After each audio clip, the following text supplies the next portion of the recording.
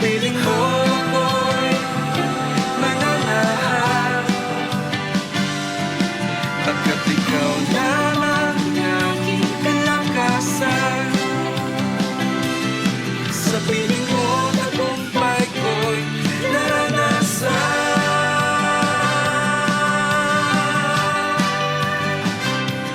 Anang bagong taon po sa inyong lahat. Ang pagpapalang araw-araw ay tunay ngang mabuhos sa inyong buhay at sa inyong tahanan sa taong itong 2025. Ito po na ang panahon ng bagong taon. Bagong ikaw, bagong ako, at bagong tayo. Sa totoo lang, meron po tayong fresh advantage para sa bagong simulain or fresh start. No, kunin po natin itong pagkakataon na to na magkaroon tayo ng fresh start. Hindi lang tayo magsisimulang mag-workout sa gym. So, ilang taon niya na bang ninanais yung gawin? Hehe, ako din po, ganun din po ako. Ito na po ang taon ko. Amen. So, palakasin din natin ang mga panloob na spiritual na pagkatao natin. Hindi lang panlabas, kundi especially pangloob. Maging malakas tayo sa anumang panahon or season sa ating buhay. Sabi nga nila, panahon-panahon lang yan. Kailangan ready tayo with the Lord. Amen. Ang verse natin sa araw na ito ay matatagpuan sa mga awit, chapter 50, verse 10. Inilikha ninyo ako ng busilak na puso, O Diyos, at bigyan ako ng bagong espiritu na matapat. Salmo 51, verse 10. Create in me a clean heart, O God, and renew a steadfast spirit within me. Psalms 51, verse 10. Napakaganda pong prayer yan, ano? Give me a clean heart. Create in me a clean heart, O God. Oh, so ready na ba tayong mag-workout? Ang workout natin ngayon ay tungkol sa inyong pananampalataya. Ang lakas ng bawat believer ay nakasalalay sa lakas ng kanilang pananampalataya or faith sa ating Panginoon. Kapag mahina ang pananampalataya mo, mahirap humarap sa mga sitwasyon sa buhay mo. Tama po ba yun? Sabi po ng Biblia sa Hebrews 11:6, but without faith, it is impossible to please Him. For he that cometh to God must believe that He is, and that He is a rewarder of them that diligently seek Him. Praise God. Sa Tagalog po, Hebreo 11:6, hindi makakapagbigay lugod sa Diyos ang taong walang pananampalataya. Dahil ang sino mang lumalapit sa Kanya ay dapat maniwalang may Diyos at nagbibigay siya ng gantimpala sa mga taong humahanap sa Kanya. Hebreo 11:6. Minsan sa panglabas ay parang malakas tayo, pero ang dami na pala nating pinagdadaanan. Dito, ang faith muscles natin ay mahihirapang mag-grow o tumibay dahil kailangan nitong abilidad nating magtiwala sa Diyos. So, titibay po ang ating pananampalataya, faith muscles natin, kung tayo ay nagtitiwala sa Diyos. Para sa mga resulta na even parang imposibleng mga mangyari pa o masagot pa, pero when you release your faith to God, if you know Him, if you believe in Him, then may mangyayari po. Example po yung prodigal son, di ba? Nagpagkalayo-layo na yung anak.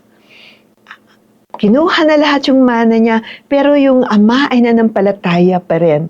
So one day, bumalik po ang prodigal son. Bumalik po yung anak at sila ay nag-reconcile ng kanyang ama at binless pa siya ng kanyang ama. So kung ano man po ang problema natin ngayon, halimbawa yung asawa nyo sa kabilang bahay, di ba? Ay mga anak nyo nagrebelde, huwag po tayo mawala ng pag-asa. Ang Diyos po ang nakakaalam ng pagtagpi-tagpi ng ating buhay. Ang pananampalataya or faith ay ang core, ang pinakabuod or pusod ng ating sistemang paniniwala or belief system. Ang faith po, ang core, ito yung pinaka-essence ng ating pinaniniwalaan, okay, belief system. At ito ay parang muscle na dapat lumaki sa mga spiritual na bagay. paano ko mapapalaki at mapapalakas ang aking faith? Mabuti na lang po na itanong ninyo, di ba? Meron pong sagot ang Biblia dyan. Una, kapag tayo ay magbabasa at mag-aaral ng salita ng Diyos o Bible, ito ang blueprint para sa ating buhay. Ito ang gabay kapag marami tayong struggles at mga hamon ng buhay. Kapag maalam ka ng Bible, meron kang masasabi laban sa demonyo na nanggugulo ng buhay mo. So, ang salita po ng Diyos, sabi sa Romans 10:17, sasampalataya lang ang tao kung maririnig niya ang mensahe tungkol kay Kristo at maririnig lang niya ito kung may nangangaral sa Kanya. Romans 10:17. So today, it is a privilege na madala ko po sa inyo ang salita ng Diyos, lalo ngayong bagong taon. Kailangan po meron tayong salita ng Diyos na nilalagay sa ating puso at ating pong iniintindi para sa ating buhay. Essential po yan. Priority po natin yan. Sa madaling salita, ang pananampalataya mo ay lalago at lalakas kapag nakakarinig ka ng salita ng Diyos. Habang patuloy kang nagbabasa at nakikinig, ay tumitibay naman ang faith mo o pananampalataya. At lalo kang magtitiwala sa Diyos sa mga significant na mangyayari sa buhay mo. Kung ano man ang mga pangyayari, patuloy kang magtiwala sa ating Panginoon. Kaya sa umpisa pa lang ng Enero, magbasa na po tayo ng Bible. Meron ding mga devotional na available sa atin o listahan ng mga pagbabasa mo sa loob ng isang taon. Nakasulat na po doon yung mga scriptures. Kung gusto niyo po, padadalan po namin kayo ng kopya ng scriptures na to for the month of January. Okay? So, ito po ay hinanda ni Brother Brian Bonus. Okay? So, yan po. Nasulat lang po kayo sa chat box. Gusto ko mag-request ng January scriptures. Ayan po, di ba?